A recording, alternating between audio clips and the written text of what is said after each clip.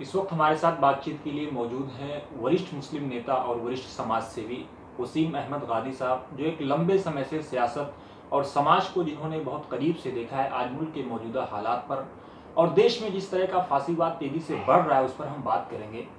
वसीम गादी साहब, आपका खैर मकदम है वतन समाचार में। शुक्रिया। वसीम गादी साहब, मुल्क के मौजूदा हालात को दो तरह से लोग देख रहे हैं। एक तरफ वो तबका है जो जश्न मना रहा है, एक तरफ वो लोग हैं जो अवार्ड वापस कर रहे हैं, फांसीवाद की बात कर रहे हैं। आप किस तरह से देख रहे हैं? देखिए, जो तबका जश्न मना रहा था अब वो गम और उदास है।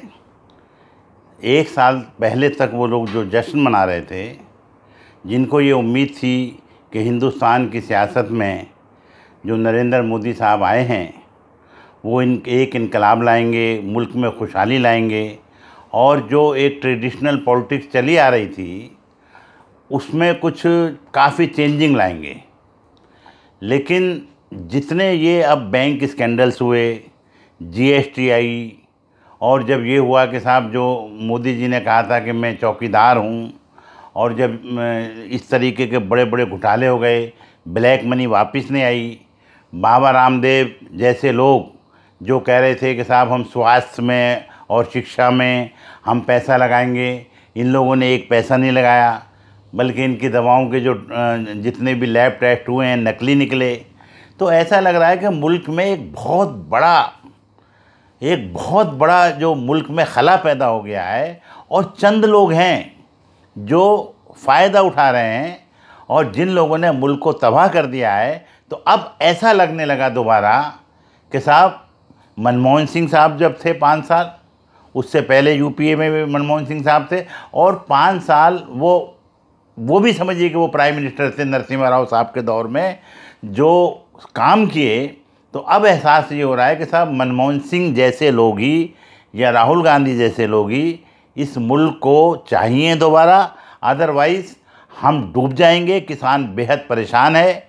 आप देखिए 35,000 किसान जो है, 50,000 किसान बॉम्बे में आया, छाले पड़ गए। इस हुकूमत को ये नहीं सोचा कि साहब हम वहीं से जहाँ से किसान शुरू हुए थे वहीं पे जाके हम उनकी जो ग्रीवेंसेस थे उनके मसाइल हल कर देते। आज आपको मालूम है बॉम्बे की तमाम जो ट्रेनें रोकी जा रही हैं। बच्चे, नौजवान बच्चे जो हैं वो धरने पे बैठे हुए थे कि उनकी ट्रेनिंग हुई। आज की बात है ये, उनकी ट्रेनिंग हुई और उनको जॉब नहीं दिया गया। तो भई आपने ट्रेनिंग क्यों की थी उन बच्चों की?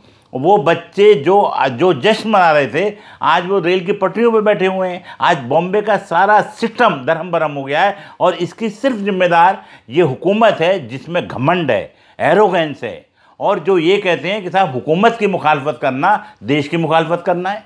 जो ये कहते हैं कि जो लोग साहब हमारी पॉलिसियों से, हमारी जो नीति है उससे इत्तेफाक नहीं करते, पाकिस्तान चले जाएं। ये कैसा माहौल बना दिया इन लोगों ने? वसीम गादी साहब, ये वही भारत है जो कभी सोने की चिड़िया हुआ करता था। आज ये वही भारत है जहां रोजगार के लिए किसान खुदकुशी कर रहे हैं, रोजगारी का बिल्कुल बेरोजगारी चरम पर है। अल्टरनेट क्या है? अल्टरनेटिव क्या है?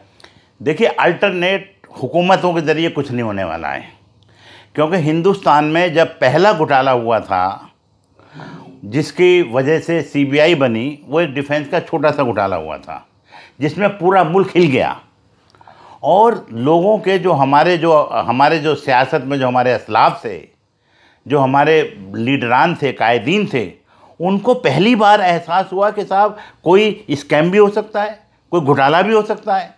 तो एक संस्था बनाई गई जो बाद में जिसका नाम सीबीआई हो गया। वो छोटा सा घोटाला था, लेकिन आज चाहे वो कांग्रेस हो, चाहे वो स्टेट गवर्नमेंट्स हों, चाहे रीजनल पार्टियां हों, आज हर जगह घोटाले हो रहे हैं।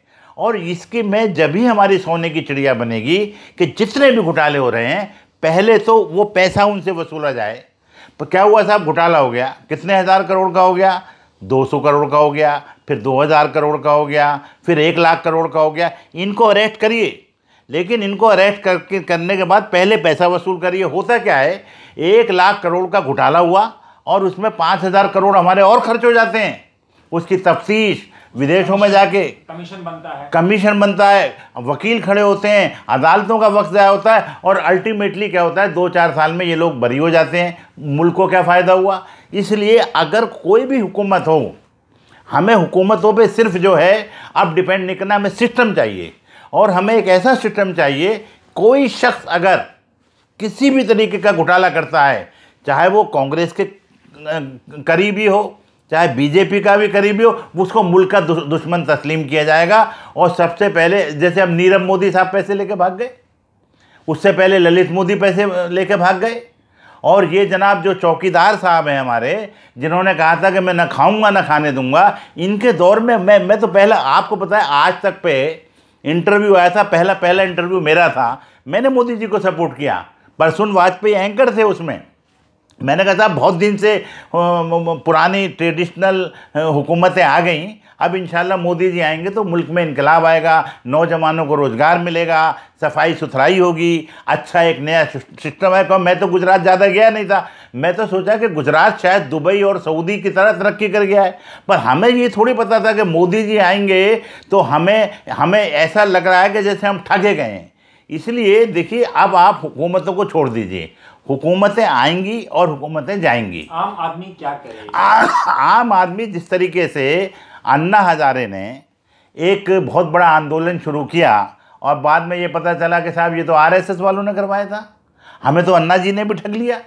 आज 5 साल 4 साल से ऊपर हो गए, आज अन्ना जी कहाँ हैं? कहाँ है लोकपाल? कहाँ है जन लोकपाल? ना आपकी दिल्ली गवर्नमेंट कोई लोकपाल लाइए, ना आपकी सेंट्रल गवर्नमेंट कोई जन लोकपाल लाइए। और सुप्रीम कोर्ट ने अभी जो है सेंट्रल गवर्नमेंट को जो है हड़काया है कि साहब आप लोकपाल क्यों नहीं लाते हो, तो एक सिर्फ फॉर्मेलिटीज़ के लिए एक मीटिंग हो गई, लेकिन लोकपाल की कोई चर्चा नहीं है। इसलिए हम तो हर वक्त ठगे जा रहे हैं। अब जिस तरीके से आवाम को अब आना पड़ेगा, स्कूल और कॉलेजों से आंदोलन शुरू होगा, जिस तरीके से एक ही आंदोलन हुआ था, जयप्रकाश नारायण ने किया था, और उसके असरात आज तक हैं। लेकिन जो जयप्रकाश नारायण के आंदोलन से जितने लोग निकले हुए थे, चाहे वो लालू यादव हो, चाहे मुलायम सिंह हो, चाहे वो जनाब नीतीश हो, चाहे सुशील मोदी हो, चाहे वो और लोग हों, सबके सब लिप्त हो गए, सबके सब इक़्तिदार, करप्शन, पावर, इसके नशे में सब डूब गए। इसलिए एक जयप्रकाश जैसा आंदोलन हमें शुरू करना होगा, और जिसमें स्कूल के बच्चे, बच्चियां, स्टूडेंट्स, नौजवान, ख़वातीन, और वो कोई मज़हब की बुनियाद पर नहीं होगा, वो मुल्क को फिर से सोने की चिड़िया बनाना होगा। और अगर जितना पैसा हमारा ब्लैक मनी जिस तरह विदेशों में बह गया, अगर सारा पैसा वापस आए, तो जिस तरीके से हमारा डॉलर, हमारा 1 रुपया, एक ज़माने में 1 रुपया हम देते थे तो $60 मिलते थे, सोने की चिड़िया थी। तो आज फिर हमारा मुल्क ऐसा हो जाएगा कि हम 1 रुपया देंगे तो हमें $5 मिलेंगे।